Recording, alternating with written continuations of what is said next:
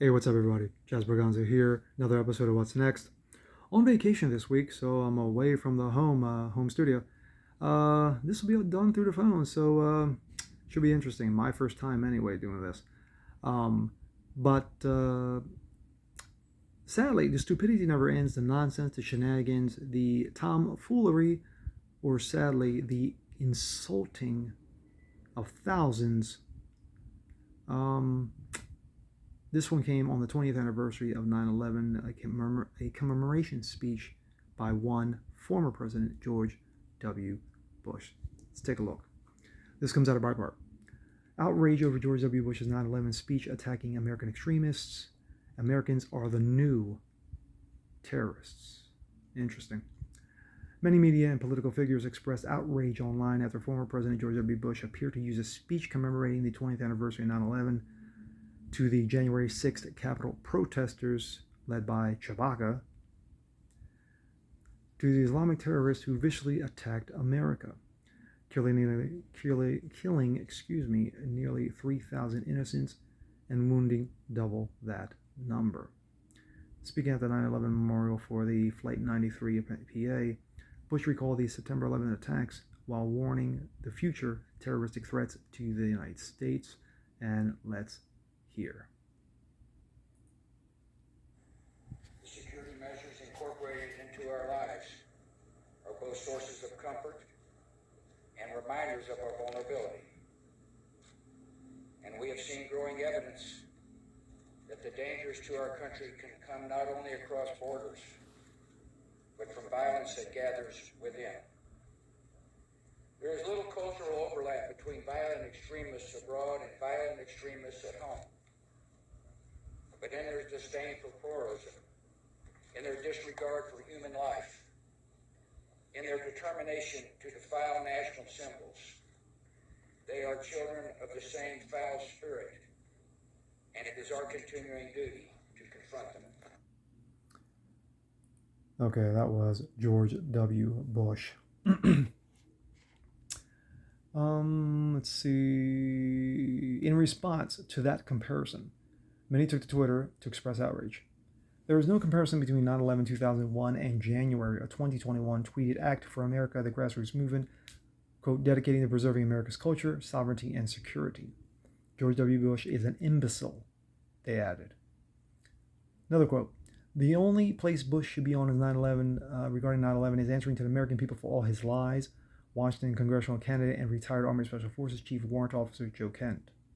Instead, he's just showing us that this regime is not just one party. It is a ruling class that despises us and is not done exploiting us. George W. Bush is a fraud, declared conservative comedian Terrence K. Williams. He added, the clown compared January 6th to 9/11. What an insult, not even close.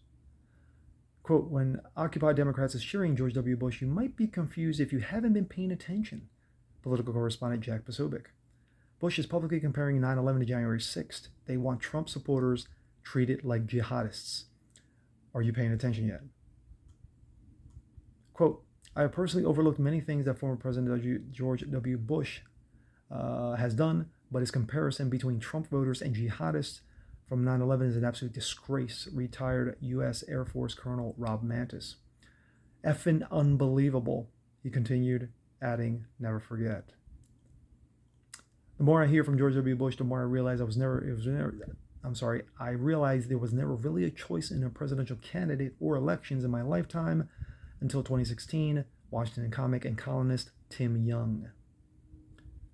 George W. Bush is a man who brought us torture, indefinite detention, assassination, mass surveillance, rebukes those who turn their backs on the America I know, journalist Matt Taibbi. My disgust over this stupidity knows no bounds, Ned Ryan. After 20 years of war abroad, after 20 years of a war on terror abroad, Bush wants to now fight a new one against his fellow citizens. Greg Price. My thoughts. This is absolutely disgusting. It's a disgrace and it's an embarrassment. It's a slap in the face to thousands of Americans who died on that day and their families who continues surviving and moving on. Not moving on as in saying forgetting, but moving on day to day, living this tragedy year after year as every anniversary comes by. We're talking 20 years. 20 years on a war on terror where trillions have been spent. Thousands of lives have been lost, both U.S. and Afghani. And what do we have to show for it? Nothing. Absolutely nothing. It took us a decade to get bin Laden, because it was Obama, because that's how great he was. But regarding this statement, to compare a bunch of ragtag knuckleheads who broke into the Capitol building led by Chewbacca to these Islamic cockroaches, 19 of them with box cutters who boarded planes, 4 of them, 2 in New York, 1 in D.C., 1 in Pennsylvania, and a loss of thousands. And the world was never the same after that. So for him to compare that to these knuckleheads in D.C., it's a disgrace. It's a disgrace. As a former president, he should be embarrassed. He should be disgusted with that comment. And I guarantee you that he was hearing it afterwards.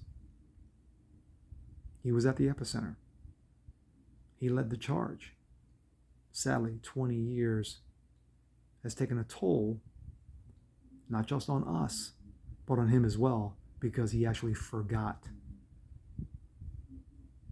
what united this country in regards to one common enemy.